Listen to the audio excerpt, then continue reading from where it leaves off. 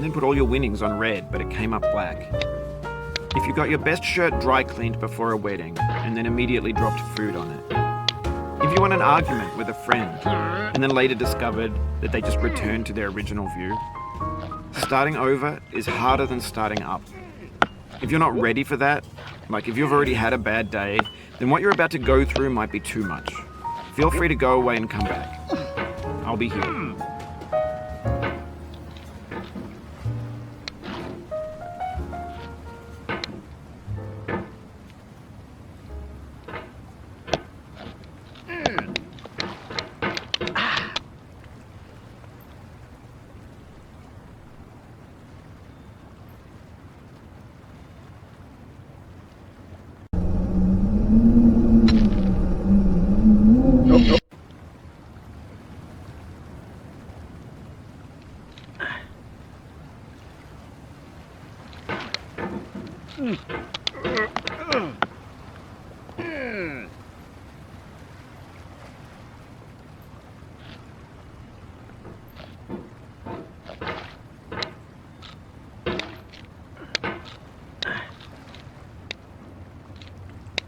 Alright, thanks for coming with me on this trip.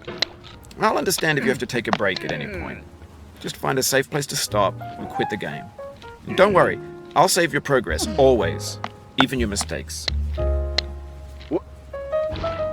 This game is a homage to a free game that came out in 2002, titled Sexy Hiking.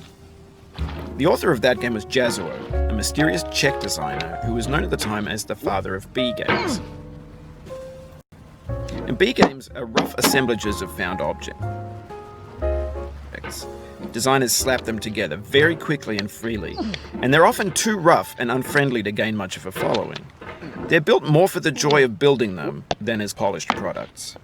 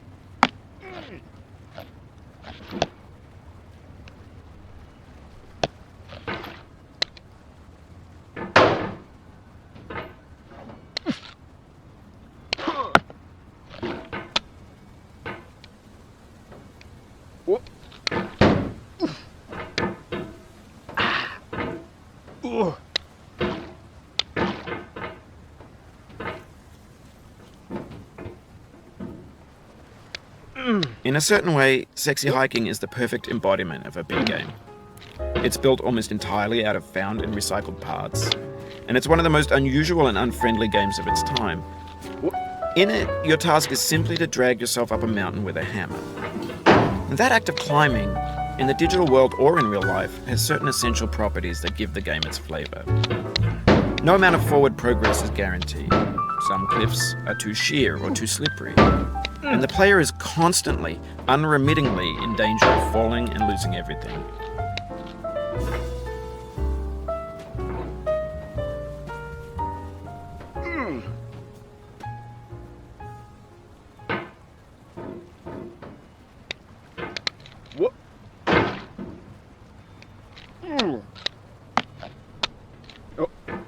Anyway, when you start Sexy Hiking, you're standing next to this dead tree that blocks the way to the entire rest of the game. It might take you an hour to get over that tree, and a lot of people never got past it. You prod and you poke at it, exploring the limits of your reach and your strength, trying to find a way up and over. And there's a sense of truth in that lack of compromise. Most obstacles in video game worlds are fake. You can be completely confident in your ability to get through them once you have the correct method or the correct equipment or just by spending enough time. In that sense, every pixelated obstacle in Sexy Hiking is real.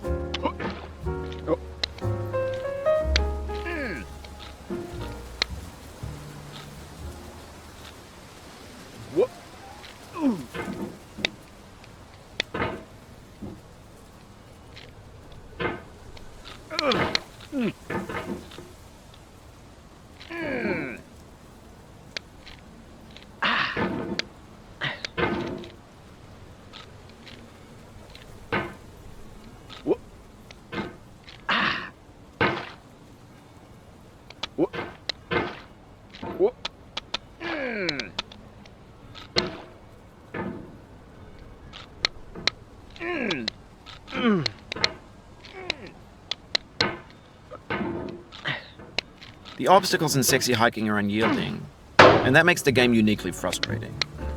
But I'm not sure Jazuo intended to make a frustrating game.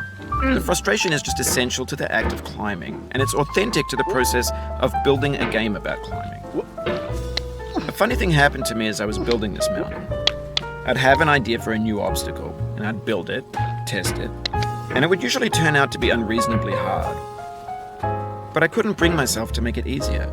It already felt like my inability to get past a new obstacle was my fault as a player rather than as a builder.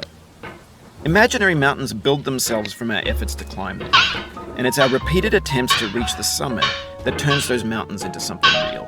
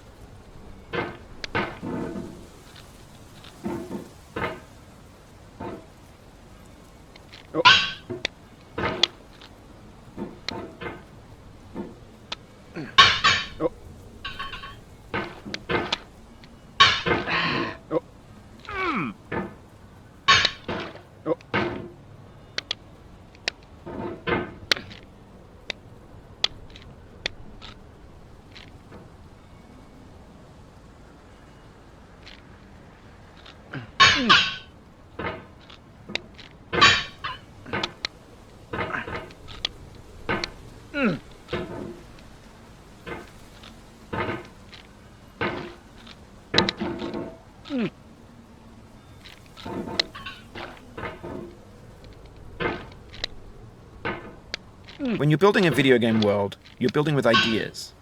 And that can be like working with quickset cement. You mold your ideas into a certain shape that can be played with, and in the process of playing with them, they begin to harden and set until they're immutable, like rock. And at that point, you can't change the world, not without breaking it into pieces and starting fresh with new ideas.